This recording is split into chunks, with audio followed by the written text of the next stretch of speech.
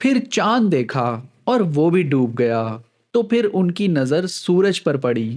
مگر جب وہ بھی غروب ہو گیا تو کہنے لگے، لوگو جن چیزوں کو تم اللہ کا شریک بناتے ہو میں ان سے بیزار ہوں۔ ابراہیم علیہ السلام کا ذہن تو مطمئن ہو چکا تھا، لیکن ان کا دل شاید ابھی بھی ایک سرٹنٹی کا ویژول پروف چاہتا تھا۔ سورہ البقرہ میں حضرت ابراہیم علیہ السلام نے ڈائریکٹ اپنے رب سے ایک درخواست کی۔ اور جب ابراہیم نے اللہ سے عرض کیا کہ اے پروردگار مجھے دکھا کہ تو مردوں کو کیوں کر زندہ کرے گا، تب اللہ تعالیٰ نے پوچھا، اللہ نے فرمایا کیا تم نے اس بات کا یقین نہیں کیا؟ اور پھر ابراہیم علیہ السلام نے جواب دیا، انہوں نے کہا کیوں نہیں، لیکن میں دیکھنا اس لیے چاہتا ہوں کہ میرا دل اطمینان کامل حاصل کر لے۔ فرمایا کہ 4 پرندے لے لو، پھر ان کو اپنے سے ہلا لو اور ان کے ٹکڑے ٹکڑے کر دو، پھر ان کا ایک ایک ٹکڑا ہر ایک پہاڑ پر رکھ دو، پھر ان کو بلاؤ تو وہ تمہارے پاس دوڑتے چلے آئیں گے، اور جان رکھو کہ اللہ غالب ہے، صاحب حکمت ہے۔ اور اس اطمینان کے لیے اللہ سبحانہ و تعالیٰ نے انہیں 4 پرندوں والا معجزہ دکھایا۔ یہ ابراہیم علیہ السلام کے لیے کریش ٹیسٹ کا ایک ڈیمو تھا۔ اللہ انہیں بتا رہا تھا کہ میں صرف بناتا نہیں ہوں، بلکہ میں ٹوٹی ہوئی چیزوں کو بھی دوبارہ جوڑ کے ان میں ایک نئی زندگی دے دیتا ہوں۔ اب ابراہیم علیہ السلام کے پاس دلیل بھی تھی اور اطمینان بھی۔ اب وقت تھا کریش ٹیسٹ کو لائیو کرنے کا۔ ابراہیم علیہ السلام جانتے تھے کہ ان کی قوم دلیل سے زیادہ پاور کی زبان سمجھتی ہے، اور 2025 میں ہم اسے ڈسٹرپٹیو مارکیٹنگ کہتے ہیں۔ انہوں نے ایک ایسے دن کا انتظار کیا کہ جب پورا گاؤں شہر سے باہر ایک میلے پہ گیا ہوا تھا، اور قرآن سورہ الانبیاء میں اس منظر کو کچھ یوں بیان کرتا ہے، پھر ان کو توڑ کر ریزہ ریزہ کر دیا، مگر ایک بڑے بت کو نہ توڑا تاکہ وہ اس کی طرف رجوع کریں۔ انہوں نے کلہاڑی اٹھائی اور اس آئیڈل اکانومی کے ہر ڈپارٹمنٹ ہیڈ کو سمیش کر دیا، انہیں ٹکڑے ٹکڑے کر دیا، اور آخر میں کلہاڑی جا کے رکھ دی ان بتوں کے سردار بت کے کندھے پر۔ یہ اس قوم کے لیے تو ایک کرائم سین تھا جسے ابراہیم علیہ السلام نے خود بہت ہی انٹلیکچولی ڈیزائن کیا تھا، ایک لائیو ڈیمونسٹریشن جس کا صرف ایک مقصد تھا، لوگوں کو سوچنے پر مجبور کرنا۔ اور جب وہ قوم واپس آئی اور اپنے خداؤں کا یہ انجام دیکھا تو وہ آگ بگولا ہو گئے اور ایک شور مچ گیا۔ کہنے لگے کہ ہمارے معبودوں کے ساتھ یہ معاملہ کس نے کیا؟ وہ تو کوئی ظالم ہے۔ لیکن ان کے ذہن میں شاید پہلے سے ہی ایک شخص تھا جو اس کرائم سین کا پرائم سسپیکٹ ہو سکتا ہے، ایک اکیلا باغی نوجوان جو ان کے آئیڈلز کے مینوفیکچرر کا ہی بیٹا تھا، لیکن ان کے سسٹمز پر بار بار سوال اٹھا رہا تھا۔ لوگوں نے کہا کہ ہم نے ایک جوان کو ان کا ذکر کرتے ہوئے سنا ہے، اسے ابراہیم کہتے ہیں۔ وہ بولے کہ اسے لوگوں کے سامنے لاؤ تاکہ وہ گواہ رہیں۔ The dots were connected. The stage was set for a public trial. ابراہیم علیہ السلام کو پیش کیا گیا۔ جب ابراہیم آئے تو بت پرستوں نے کہا کہ ابراہیم، بھلا یہ کام ہمارے معبودوں کے ساتھ تو نے کیا ہے؟ اب ابراہیم علیہ السلام نے وہی جواب دیا جس کے لیے یہ پورا اسٹیج سجایا گیا تھا۔ انہوں نے اس بڑے بت کی طرف اشارہ کیا۔ ابراہیم نے کہا، بلکہ یہ ان بڑے بت نے کیا ہوگا، اگر یہ بولتے ہوں تو ان سے پوچھ لو۔ اور اس ایک جملے سے پوری محفل میں سناٹا طاری ہو گیا۔ For a second the hacked worked. They admitted their own folly. انہوں نے اپنے دل میں غور کیا تو آپس میں کہنے لگے، بے شک تم ہی بے انصاف ہو۔ لیکن اگلے ہی لمحے ان کا ٹرائبل پرائیڈ ان پر پھر سے حاوی ہو گیا۔ پھر شرمندہ ہو کر سر نیچا کر لیا۔ اس پر بھی ابراہیم سے کہنے لگے کہ تم جانتے ہو یہ بولتے نہیں۔ The system rebooted اور دلیل مر چکی تھی۔ جب لاجک فیل ہو جاتی ہے تب انسان ظلم شروع کر دیتا ہے۔ وہ آپس میں کہنے لگے کہ اگر تمہیں اس سے اپنے معبودوں کا انتقام لینا اور کچھ کرنا ہے تو اس کو جلا ڈالو اور اپنے معبودوں کی مدد کرو۔ شہر کے بیچوں بیچ تاریخ کی سب سے بڑی آگ جلانے کی تیاریاں ہو رہی تھی، لیکن دوستو ایک بار یہاں ذرا سوچیں کہ آخر آگ ہی کیوں؟ نمرود حضرت ابراہیم علیہ السلام کو زندہ دفن کر سکتا تھا، انہیں سولی پر بھی چڑھا سکتا تھا، لیکن اس نے آگ کو ہی کیوں چنا؟ کیونکہ آگ اس وقت صرف ایک ایلیمنٹ نہیں تھی، وہ اس پوری سوسائٹی کے غرور کی علامت تھی، اور سب سے امپورٹنٹ وہ ابلیس کے غرور کا ایلیمنٹ تھی، وہ ابلیس کی آئیڈیالوجی کا سمبل تھی، جس نے کہا تھا میں آگ سے بنا ہوں اور یہ مٹی سے۔ اس آگ کو چن کر نمرود دراصل یہ اعلان کر رہا تھا کہ آگ کی طاقت مٹی کی بغاوت کو جلا کر راکھ کر سکتی ہے۔ اس نے ابراہیم علیہ السلام کو صرف مارنا نہیں تھا، بلکہ اس نے تو ایک اسپیکٹیکل آف ٹیرر کریٹ کرنا تھا، ایک ایسا لائیو براڈ کاسٹ جو ہر آنے والی نسل کے دل میں کیوں پوچھنے کا خوف پیدا کر دے۔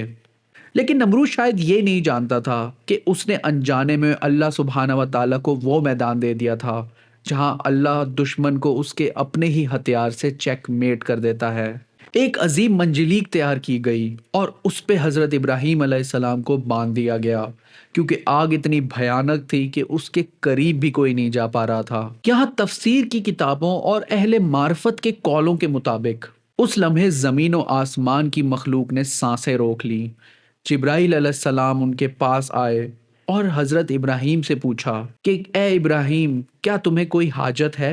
ابراہیم علیہ السلام جو اب دلیل اور انسانوں کے مراحل سے گزر چکے تھے، ان کا جواب توکل کی انتہا تھا۔ انہوں نے کہا جبرائیل آپ سے نہیں۔ جبرائیل علیہ السلام نے کہا تو آپ اللہ سے مانگیے۔ ابراہیم علیہ السلام نے جواب دیا میرا اس سے سوال نہ کرنا ہی کافی ہے، کیونکہ وہ میرے حال کو جانتا ہے۔ اور یہ تھا تجارت آف تسلیم کا پہلا قدم۔ انہوں نے اپنے آپ کو، اپنی جان کو ہر طریقے سے اللہ کے سپرد کر دیا۔ منجلیق کو چھوڑا گیا اور ایک اکیلا انسان آگ کے پورے سمندر کی طرف ہوا میں اڑتا چلا جا رہا تھا۔ اور اسی لمحے جب انسانی طاقت کی انتہا ہو گئی تو خالق کائنات نے، آگ کے خالق نے اپنا حکم جاری کیا، ایک ایسا حکم جس نے فزکس کے قوانین کو اوور رائڈ کر دیا۔ قرآن اس ڈیوائن کمانڈ کو کچھ اس طریقے سے ریکارڈ کرتا ہے، ہم نے حکم دیا اے آگ سرد ہو جا اور ابراہیم پر سلامتی والی بن جا۔ یہ اللہ کا کہنے کا انداز تھا کہ یہ آگ میری مخلوق ہے اور وہ میری سنے گی، تمہاری نہیں۔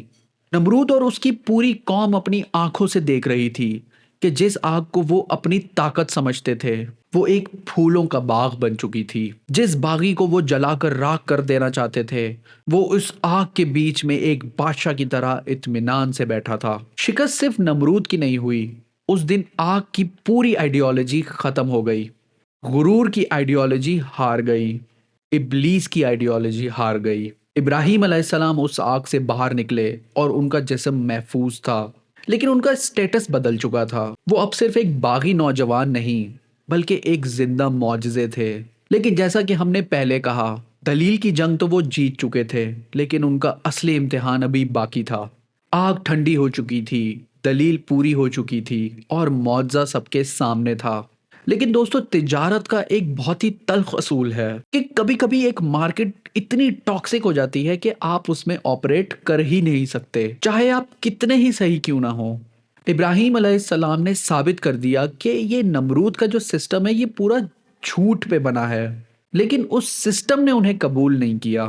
جب آپ ایک کرپٹ کارپوریٹ کلچر کو ایکسپوز کرتے ہیں تو شاید وہ کلچر تو نہیں بدلتا، لیکن آپ کو ضرور نکال دیا جاتا ہے۔ اب اللہ سبحانہ و تعالیٰ نے انہیں ان کے اگلے امتحان کا حکم دیا، ان کی زندگی کا سب سے مشکل امتحان، ہجرت۔ بس ان پر ایک لوط ایمان لائے اور ابراہیم کہنے لگے کہ میں اپنے پروردگار کی طرف ہجرت کرنے والا ہوں، بے شک وہ غالب ہے، حکمت والا ہے۔ ایک ایسی سٹارٹ اپ کی بنیاد رکھنا جس کا نام تھا توحید۔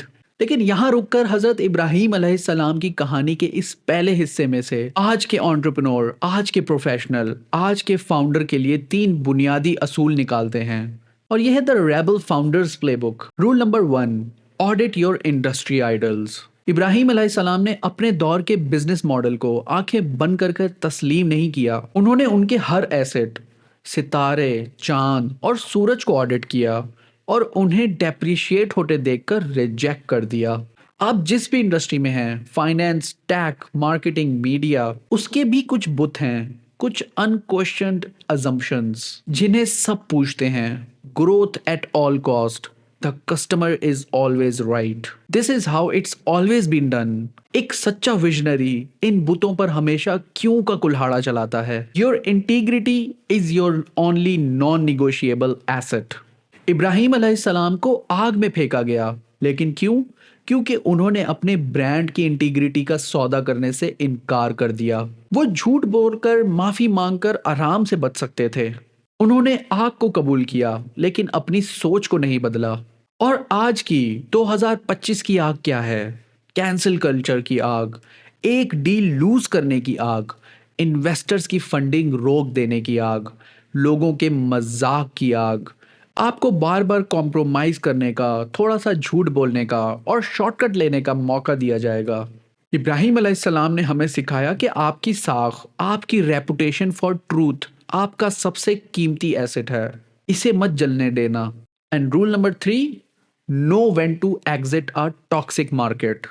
آگ سے بچنے کے بعد حضرت ابراہیم علیہ السلام نے کیا کیا؟ کیا وہ وہیں رک کر نمرود سے لڑتے رہے؟ نہیں، انہوں نے ہجرت کی اور انہوں نے ایک اسٹریٹجک ایگزٹ لیا۔ ایک کامیاب فاؤنڈر صرف یہ نہیں جانتا کہ مارکیٹ میں انٹر کیسے ہونا ہے، بلکہ وہ یہ بھی جانتا ہے کہ ایگزٹ کب لینا ہے۔ اگر آپ کا ورک پلیس، آپ کا بزنس سرکل، یہ آپ کی انڈسٹری آپ کے اصولوں کے خلاف ہے اور بدلنے کو تیار نہیں، تو کبھی کبھی سب سے بہادر فیصلہ لڑنا نہیں بلکہ چھوڑ دینا ہوتا ہے۔ ایک نئی صاف زمین ڈھونڈنا ہوتا ہے جہاں آپ اپنی کمپنی کو اس کے اصلی ویژن پر کھڑا کر سکتے ہیں۔ ابراہیم علیہ السلام نے انہی اصولوں پہ عمل کیا۔ انہوں نے اپنا گھر چھوڑا، اپنا وطن چھوڑا اور ایک نئے انجان شہر کی طرف نکل پڑے۔ بیبلون کی آگ تو بجھ گئی تھی، لیکن ابراہیم علیہ السلام کے دل میں امتحانوں کی ایک نئی آگ جلنے والی تھی۔ ایک ایسی آگ جو ان کے صبر، ان کی محبت اور ان کی سبمیشن کو آخری حد تک آزمائے گی۔ داستان ابراہیم میں ہم آگے اس سفر پر جائیں گے جو حضرت ابراہیم کو ایک باغی سے خلیل اللہ بنا دے گا۔ ہم اس دعا کی داستان سنیں گے جو ایک باپ نے اپنے بیٹے کے لیے کی، اور اس عظیم قربانی کی داستان جو ایک بیٹے نے اپنے باپ کے لیے دی۔